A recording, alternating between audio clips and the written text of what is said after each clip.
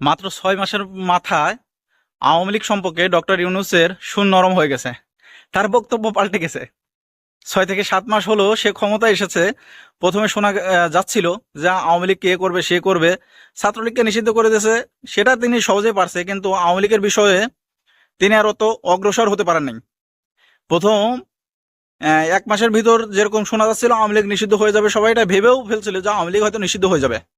তখন কোনো কোনো রাজনৈতিক ব্যক্তিবর্গ, যারা অনেক বড় বড় পদের পলিটিশিয়ান, তাদের বক্তব্য অনুসারে আওয়ামী লীগকে নিষিদ্ধ করা যায় না, কিন্তু ছাত্ররা, বৈষম্য বিরোধী ছাত্র আন্দোলনের নেতারা, তারা কিন্তু কঠোর অবস্থান নিয়েছিল আওয়ামী লীগের বিপক্ষে। তারপরও ডক্টর ইউনূস তাদেরকে নিষিদ্ধ করে সাহস পায় নাই। আমাদের আসিফ নজরুল স্যার, তিনি যে এখন কোথায় আছে তার দেখাটাও অতটা যাচ্ছে না। তিনি ক্ষমতায় যাওয়ার আগে মানে অহরহ তাকে দেখা যেত, ক্ষমতায় যাওয়ার পরে মাসখানেক ভালোই দেখা গেল, তিনি কথাবার্তা ভালোই মানে উচ্চস্বরে বললেন, কিন্তু এখন যে কই আছে, কিভাবে কথা বলেন, কখন কথা বলেন, মানে অতটা খুঁজে পাওয়া যাচ্ছে না। আওয়ামী লীগ বিষয়ে তার তো আর কোনো কথাই নেই।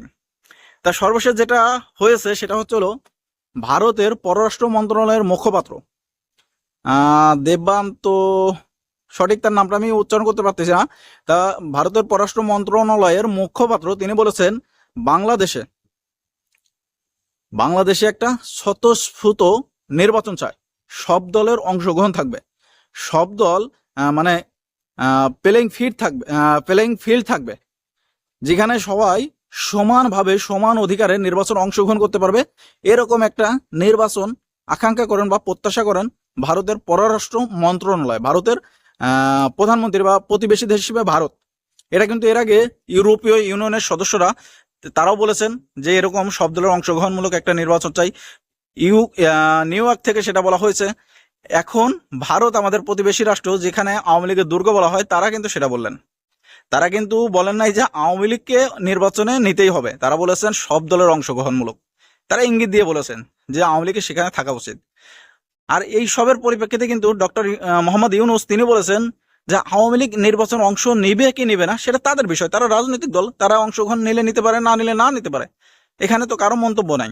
তবে আওয়ামী লীগের যারা দোষ করেছে, অপরাধ করেছে, অন্যায় করেছে, তাদের বিচার হবে। এটা কিন্তু সাধারণ মানুষ সেও বোঝে, আমিও বুঝি, বা আওয়ামী লীগের যারা বড় বড় নেতা তারাও বোঝে যে কেউ যদি অন্যায় করে থাকে তার বিচার হোক, কোনো সমস্যা নাই, কিন্তু দলটাকে নিষিদ্ধ কেউই করতে পারবে না।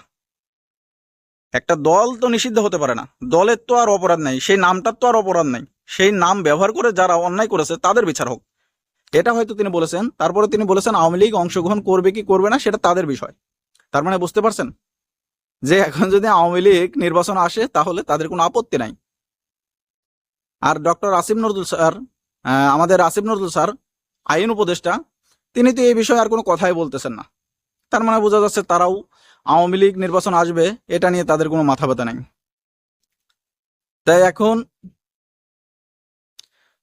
আওয়ামী লীগ যদি নির্বাচন আসে তাহলে তাদের বড় বড় নেতাদের নামে, এমনকি মিডিয়াম সাইজ নেতাদের নামে অনেকের নামে মামলা আছে, তারা মামলা নিয়ে কি নির্বাচন করতে পারবে? এখন কথা হলো যখন নির্বাচন অংশগ্রহণ করবে তখন কিন্তু এই নির্বাচনকালীন সরকার যে থাকবে সে কিন্তু যারা নির্বাচন অংশগ্রহণ করবে তাদের সবাইকে নিরাপত্তা দিতে হবে।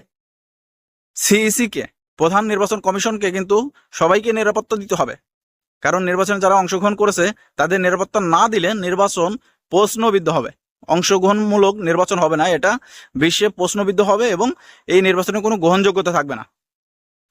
এই কারণে সব দলই চাচ্ছে এখন আওয়ামী লীগ নির্বাচন আসুক।